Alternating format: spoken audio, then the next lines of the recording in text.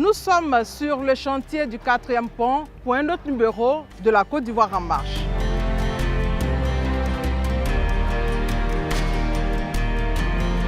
La Côte d'Ivoire en marche propose 2 documentaires sur les infrastructures routières, ponts, échangeurs et routes.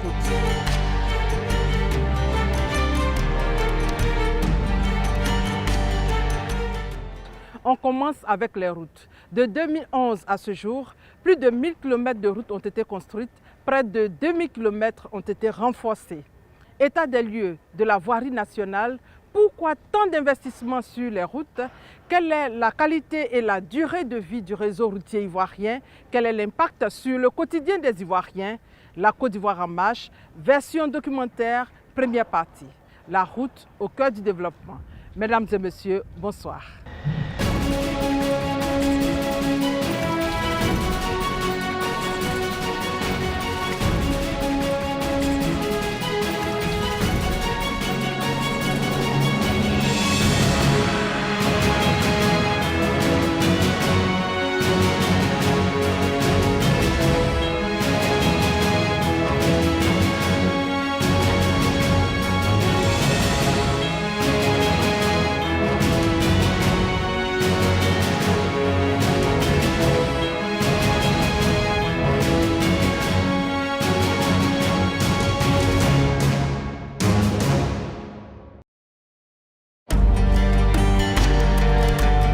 Côte d'Ivoire, le réseau routier est vieux de 15 ans pour certaines routes et 40 ans pour d'autres. Aujourd'hui, il renaît peu à peu de sa vétusté.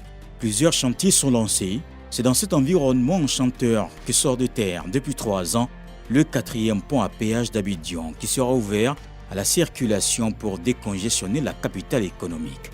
Cet ouvrage, long de 7,2 km, est très attendu par les populations. Le 4e pont à péage d'Abidjan va relier les communes de Yopougon à Tékoubé et à Djamé. Coût et délai de livraison. Ce 4e pont que nous sommes en train de construire va permettre donc de rallier depuis le carrefour de l'Indénié à Yopougon. Ça sera un gain de temps considérable pour ceux qui sont à Djamé et qui veulent aller à Yopougon. En moins de 10 minutes seront à Yopougon. Ce qui n'est pas le cas aujourd'hui où ils peuvent passer facilement 2 à 3 heures dans les embouteillages importants. Donc aujourd'hui, lorsque vous êtes au plateau, que vous voulez aller à Cocody, soit vous êtes obligé de passer soit par les sapeurs-pompiers ou aller passer au niveau de l'AIP, ce qui fait très long. Or, avec ce pont, vous allez pouvoir accéder à Cocody de façon aisée. Alors, c'est un ouvrage qui est extrêmement important, comme je le dis. Vous voyez qu'il est beaucoup plus haut que l'ensemble des autres ponts. Parce que lui, on permet quand même la navigation, c'est-à-dire les bateaux peuvent passer en dessous, les petits bateaux évidemment. Aussi sur cet ouvrage, il va avoir donc les bus rapides, donc le BRT, qui est un projet du ministère des Transports.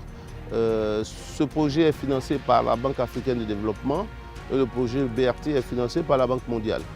Le chantier devait être terminé pour cette année, mais vous savez, à cause du Covid, nous avons eu quelques problèmes au niveau de la mise à disposition des techniciens. Ouais, c'est un ouvrage extrêmement complexe en termes de construction, donc il fallait des gens qui avaient donc la technicité, mais à cause de la maladie à coronavirus, ces experts n'ont pas pu se déplacer à temps.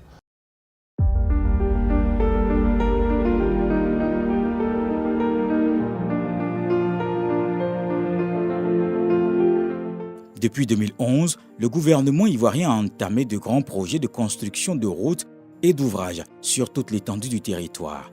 L'objectif affiché pour tous ces chantiers est clair: désenclaver les villages, raccorder les régions et ou départements, améliorer les conditions de circulation dans les villes et apporter une réponse appropriée à la fluidité du trafic au niveau de la capitale économique. Au lendemain de son indépendance, la Côte d'Ivoire disposait d'un linéaire total de 25 500 km de routes, dont 700 km revêtus. Malgré la crise économique des années 80, ce réseau a connu un développement remarquable. Cependant, les crises sociopolitiques qu'a connu le pays entre 2002 et 2010, ainsi que l'important déficit d'entretien accumulé de 1995 à 2010, ont entraîné la dégradation progressive du réseau routier. En 2010, le réseau routier ivoirien a enregistré environ 82 000 km de routes classées dont 6500 km revêtus. Une analyse menée dans la même année fait état de 5850 km, soit 90% du réseau routier revêtu. Un réseau vétuste du fait de l'absence de renforcement des chaussées depuis les années 2000, en dehors de la route Abidjan-Azopé en 2007. Ce réseau se trouve dans un état de dégradation très avancé. Jusqu'en 2010, la Côte d'Ivoire avait environ, en route classée, autour de 82 000 km, mais en route non classée, environ 200 000 km. Les routes non classées, ce sont les routes qui permettent d'aller dans les plantations, mais ces routes-là aussi ont besoin d'être entretenues. Mais le réseau classé, on était autour de 82 000 km. Sur ces 82 000 km, nous avions environ 6 500 qui étaient goudronnés, mais sur ces 6 500, il y avait environ 4 500 qui avaient un âge extrêmement avancé, entre 15 et 40 ans, donc qui étaient complètement dégradés. En termes de voirie, nous étions autour de, pour l'ensemble des voiries, autour de 4 000 km, dont environ plus de la moitié à Abidjan.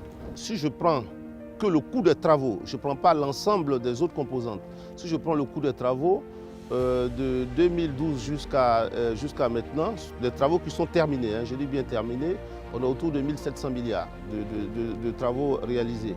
Les travaux qui vont être terminés en 2023, qui sont en cours, qui vont être terminés en 2023, on est autour de 3500 milliards. Donc, ça comprend bien la réhabilitation des anciennes routes, la réhabilitation, la construction de routes neuves, la construction des ponts et tous les petits ouvrages. Et donc c'est ce qui est déjà réalisé, je dis bien, en termes de coût de travaux, je ne dis pas l'ensemble du coût du projet, autour de 1700 milliards, les travaux qui sont en cours pour les 3 ans qui viennent, autour de 3500 milliards. Vous voyez, ce sont des investissements extrêmement importants que le président a décidé de faire au niveau des routes et des ouvrages, parce que c'est vraiment le moteur donc, de l'économie, de la croissance. Et ces projets se déroulent très bien. En ce qui concerne le réseau revêtu, ces routes-là, le gouvernement, le président a souhaité donc les réhabiliter. Donc il y a un certain nombre de routes qui ont été réhabilitées, la route de l'Est, donc d'Abidjan jusqu'à Bangourou. Il y a un autre projet pour continuer d'Abangourou jusqu'à Bondoukou. Les travaux vont démarrer bientôt. La route du Nord, donc de Yamoussoukro jusqu'à Bouaké, il y a une autoroute qui est en construction, mais de Bouaké jusqu'à Feke-Sedougou et même Ouangolo, la route a été entièrement réhabilitée. Si vous prenez sur le corridor ouest de Yamoussoukro, Boisflé, Daloa, route entièrement réhabilitée, et aussi vous prenez le corridor plus au sud-ouest, autoroute Divo-Gagnoa, entièrement réhabilitée. Alors donc vous voyez qu'il y avait des anciennes routes qui ont été réhabilitées, mais on ne peut pas que réhabiliter des routes. Il y a aussi des routes neuves qui ont été faites dans diverses régions de la Côte d'Ivoire. Et donc ce qui fait qu'aujourd'hui le linéaire de routes revêtues est autour de 7500, un peu plus de 7500 km de routes revêtues. On est passé à 6500 à 7500. Si vous mettez la voirie aujourd'hui on est autour de 5000 km de routes revêtues en termes de voirie. Donc il y a un accroissement important. Donc quand vous circulez dans Abidjan, la plupart des routes qui étaient donc complètement dégradées ont été toutes réhabilitées. On circule de façon plus aisée sur les principales routes d'Abidjan, avec beaucoup de nouvelles routes en construction. Donc le linéaire de route de voirie est autour de 5000 km. La vision du président, c'est que la route, c'est vraiment le support de l'économie. S'il n'y a pas de déplacement, nous sommes un pays agricole. Nous produisons le café, le cacao, l'anacarde, les VA, ainsi de suite. Mais tout ça ne peut arriver, et puis évidemment, il y a les produits vivriers. Tout ça ne peut arriver vers les ports ou vers les centres de commercialisation que si nous avons des routes praticables. Pour pallier cet état de fait, le gouvernement a décidé de se doter de moyens organisationnels, techniques et financiers, permettant la réalisation de routes neuves, revêtues, le renforcement des routes revêtues et l'entretien régulier et la réhabilitation des routes en terre à partir de 2012. Cette stratégie de développement a eu pour fruit des réalisations majeures enregistrées au cours de la dernière décennie. Mais souvent, la qualité des ouvrages est remise en cause. Depuis un certain temps, le président a souhaité que toutes les entreprises qui vont réaliser des travaux, qui ne seront pas conformes aux normes, où il va y avoir des dégradations, ces entreprises-là vont reprendre les travaux à leurs frais. Et je pense que depuis que le président a pris cette décision, tout se passe bien. on ne parle plus de routes biodégradables parce que nous-mêmes, nous ne trouvons pas normal qu'une entreprise vienne réaliser des travaux, ça se dégrade et puis elle continue d'avoir d'autres travaux. Une entreprise aujourd'hui qui réalise des travaux et que ça se passe mal, évidemment, elle n'aura plus de travaux en Côte d'Ivoire. C'est la vision du chef de l'État. Le professionnalisme exigé désormais dans l'exécution des travaux. L'ambition du gouvernement en développant les infrastructures routières consiste à faciliter la circulation des biens et des personnes et d'accroître la compétitivité de l'économie ivoirienne. La vision du gouvernement repose sur 4 engagements majeurs, notamment le renforcement du cadre légal et réglementaire relatif aux infrastructures routières, le renforcement des capacités des acteurs du secteur des infrastructures routières, l'entretien et la réhabilitation des infrastructures routières et la construction de nouvelles infrastructures routières de qualité. Après une dizaine d'années de crise, le gouvernement fait de la construction et de la réhabilitation des routes et voiries l'un des axes majeurs de sa politique de relance de l'économie ivoirienne, exsangue et agonisante. Les importants investissements réalisés permettent au pays de disposer de l'un des plus beaux réseaux routiers en Afrique occidentale, avec 82 000 km de routes, dont 6 608 km bitumés et 4 513 km débouchant sur les pays limitrophes. Les crises sociopolitiques qu'a connu le pays entre 2002 et 2010, ainsi que l'important déficit d'entretien accumulé de 1995 à 2010, ont entraîné la dégradation progressive de plus de 60% du réseau routier. Le cas de la voie Gagnoa-Issia est édifiant. Nous sommes sur la route Issia-Gagnoa, une route dans un état de dégradation très avancé, ce qui pose un problème d'insécurité. Axe Issia-Gagnoa en passant par Guibéroua n'est pas aisé. L'état de la route handicape, voire paralyse le trafic, nid de poule, trou béant en pleine chaussée, bref, le tronçon reliant les deux villes constitue un enfer pour les usagers. La dégradation de la voie impose une vitesse aux conducteurs. Les difficultés sont énormes parce qu'on n'arrive même pas à rouler en bonne allure parce que la route est tellement dégradée qu'on a les problèmes même pour conduire. Le plus souvent, je reviens au moins en deuxième, troisième, on ne peut même pas rouler. Sincèrement, la voie n'est pas bonne. Parce que chaque fois, quand tu fais cette traversée-là, tu es obligé d'aller faire un tour au garage. Depuis même la route est devenue comme ça, nous tous on est paniqués. C'est-à-dire qu'il n'y a pas un même qui peut se faire. Aujourd'hui, nous, quitter Aïcha pour venir, nous on est 3 camions, pourtant on est à peu près au moins 20 camions. Les autres là, ils sont au garage. Vraiment, on n'a pas le moyen même pour ranger, comment on dirait, la manque de la route là.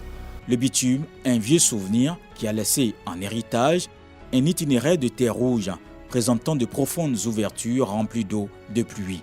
Une situation qui n'est pas du goût des usagers. Conséquence, les pannes mécaniques conduisent les usagers vers les soins mécaniques. On dénombre souvent des accidents.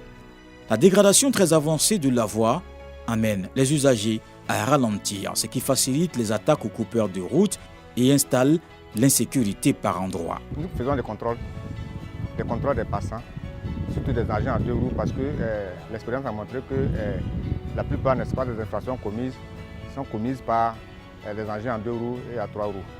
Donc nous accentuons la patrouille et les contrôles sur ces engins-là, les engins à 2 roues. Et puis nous attendons vraiment un appui des autorités municipales et autres, dans le sens, n'est-ce pas, des moyens, je dirais, techniques pour arriver à bout de nos opérations.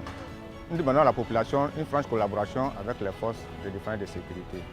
Parce que les populations sont souvent attentives, souvent hésitantes à porter les faits à la connaissance des forces de défense et de sécurité. Donc nous demandons une forte collaboration de ces forces, de ces populations-là, pour qu'on puisse prévenir la commission d'infractions.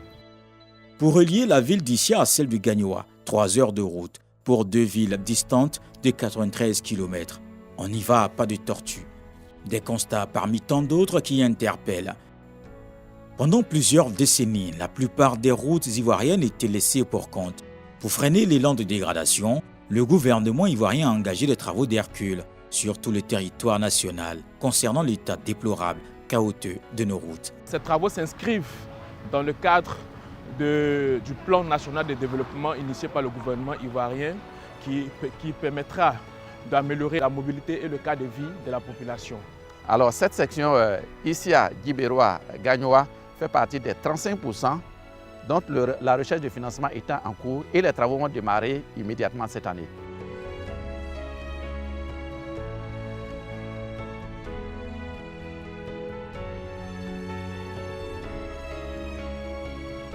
C'est des axes qui ont été construits il y a plus de 30 ans de cela, n'ont pas bénéficié de travaux. Donc, louons l'effort qui est fait par le gouvernement, à savoir la remise à niveau de ces axes qui font à peu près 7000 km de route. Nous sommes actuellement à un taux de 35% de dégradation.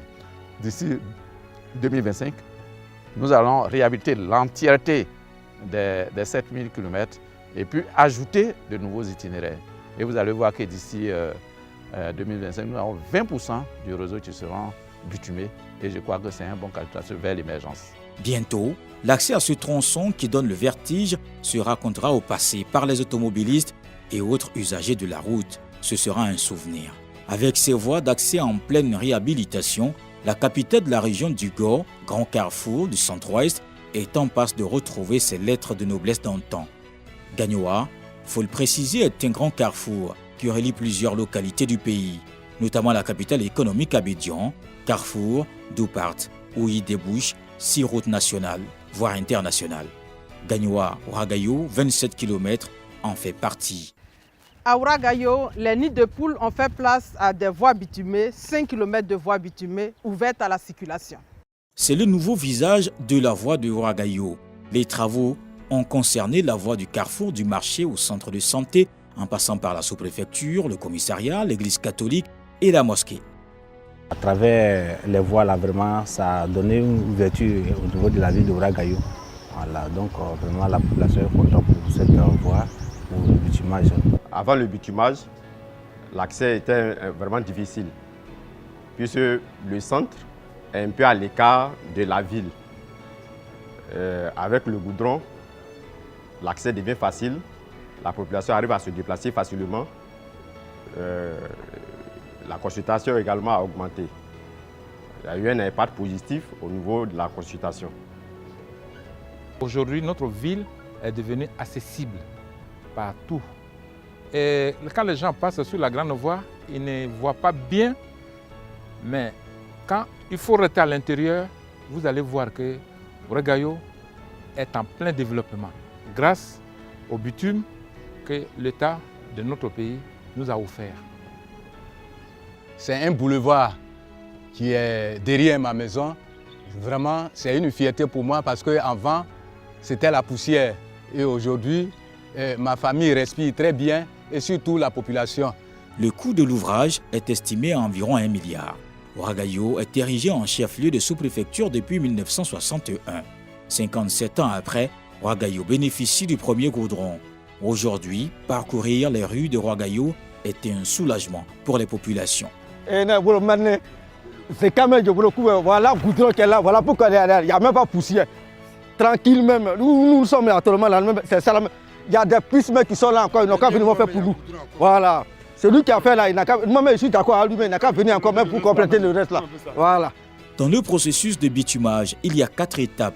Bien avant l'étape de goudronnage proprement dite, nous avons la planification, le terrassement, l'empirage, qui s'avère être la partie la plus importante de l'ouvrage. Ouagayo, ensuite Bokanda. L'un des vœux qui tenait à cœur des populations du département de Bokanda était les travaux de bitumage du tronçon d'Imbokro-Bokanda à Nanda pour réduire le nombre d'accidents mortels endeuillant les familles dans la région du Nzi liés à l'état de la route. Aujourd'hui, les travaux d'aménagement et de bitumage de la route d'Imbokro-Bokanda à Nanda, longue d'environ 98 km et d'un coût de 40 milliards de francs CFA, avancent à pas de géant. Taux d'exécution plus de 45%. Les travaux qui ont un impact sur toute la région du Nzi et de l'Ifou. Nous sommes très heureux de cet ouvrage que nous venons d'avoir parce qu'il était vraiment très difficile pour nous de pouvoir conduire sur ces routes dans cette commune. Et aujourd'hui, on arrive à nous déplacer aisément et très facilement. Avec ce que nous voyons, nous pensons que le développement a atteint Bokanda maintenant. Nous avons vu les premières machines ici depuis 1975, si je me souviens bien. Et si ce n'est pas l'année, cette année, vraiment, on n'espérait même plus. À Bokanda, aujourd'hui, quand tu circules, tu es content. Tu es content parce qu'il y a le goudron, tu roules librement, il n'y a plus de nid de poules et plus de poussière. Pour les techniciens de la route, les retards sur les chantiers sont liés à la pluie, car l'eau est l'ennemi numéro 1 de la route. Le sol mouillé ne peut pas être traité, donc les experts marquent une pause pour avoir des bitumes solides.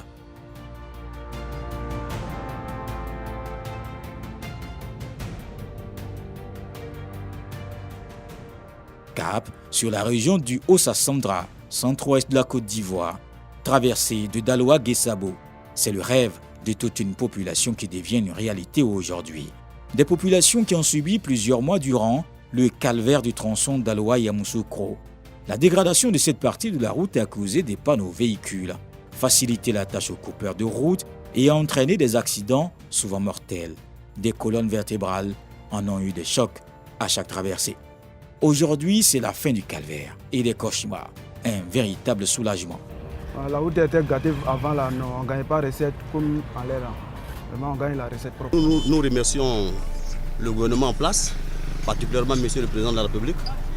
Il a vraiment fait un très bon travail pour la ville de Daloa. Alors, cette autoroute est vraiment la bienvenue à Daloa. Ça nous fait énormément plaisir. Avec la voie de Daloa actuellement, le nouveau boulevard, moi je suis très content. Je le dis toujours même. Je dis le travail est bien fait parce que dans le temps, il y avait des embouteillages. Alors au jour d'aujourd'hui, en tout cas tout est dégagé. Nous sommes tous relax quand nous sommes dans les véhicules parce que bon, les dépassements se font comme on le souhaitait. Donc aujourd'hui là, en tout cas ça va très bien. Le travail est bien fait. La nouvelle route nous apporte beaucoup de sécurité. On circule bien dessus. Ça fait que avant l'ancienne route, nous tous on partait, on se dépassait. Maintenant la nouvelle route, on se sépare pour aller de gauche à droite. Longueur de la voirie, 7,2 km en 2 fois 2 voies. L'état d'avancement des travaux, 44,3%. Il faut dire que ces travaux sont des travaux de grande envergure parce que ces travaux sont essentiellement des travaux d'assainissement. Nous avons 15 km d'assainissement à faire pour la traversée de Daloa, ce qui est énorme. Et les travaux se déroulent actuellement très bien. Nous sommes à un taux d'avancement de 47%. Cette route est tout bénéfique pour la population parce que déjà la circulation était difficile dans la traversée de Daloa. Et là, avec l'élargissement, les populations pourront circuler aisément dans la sécurité, étant donné qu'ici, il y a beaucoup de véhicules qui traversent la ville de Daloa, en plus des motos et des tricycles. Le coût des travaux de la traversée de Daloa font 16 milliards 100, toutes tasses comprises, financés par l'État de Côte d'Ivoire. En somme, le réseau routier entre 2012 et 2021 a connu un grand changement. Tout commence par une route, tout se fait par la route. L'État veille au grain et on fait le point des projets. Dans le cadre de la réhabilitation de nos routes bitumées qui étaient fortement dégradées, depuis le 2011, le gouvernement a entrepris un vaste programme de réhabilitation de nos routes interurbaines. C'est là vous avez vu qu'on a renforcé déjà l'axe de l'Est, d'Azopé jusqu'à Niblokoro. Et on a commencé le renforcement de la route Yamsokro-Daloa. Et vous avez vu que lors de la visite du chef de l'État à Boisflé, il avait déjà inauguré la section Yamsokro-Boisflé. Aujourd'hui, nous sommes à Daloa parce que la section Boisflé-Daloa est terminée. Et sur instruction du chef de l'État, nous avons entrepris la traversée de Daloa en 2 fois 2 voies, qui fait 7 km. Et en plus de cela, dans le cadre du renforcement, on continue à l'ouest.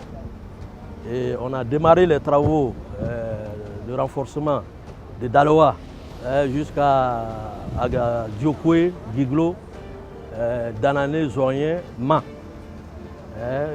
Et donc on va renforcer Ségala jusqu'à Issia, Issia Gaïnwa, Issia Gessabo et Gaïnwa Yabayo et Issia Saint-Fra Yamsokro. Pour un renforcement pour un linéaire total de 850 km et pour un montant de 445 milliards. On ne va pas s'arrêter seulement au renforcement, il y a un linéaire en termes de route neuve qui va être fait bientôt. Vous avez la route Daloa-Bédiala, Bédiala-Zenoula, Zenoula-Vavois-Béoumi, pour un linéaire total de 290 km et pour un montant de 174 milliards. Donc vous avez une enveloppe totale de 607 milliards d'investissements que le gouvernement va faire dans toute cette zone. Il faut le dire, la route précède le développement. Route en bon état, confort de circulation, gain de temps et plus de sécurité qui facilite le déplacement des individus. La femme rurale enceinte peut se rendre au centre de santé le plus proche, l'enfant du pauvre peut fréquenter le collège de proximité. L'instituteur n'a pas le sentiment d'avoir été muté dans un endroit perdu du pays et le touriste n'hésite pas à voyager à travers le pays.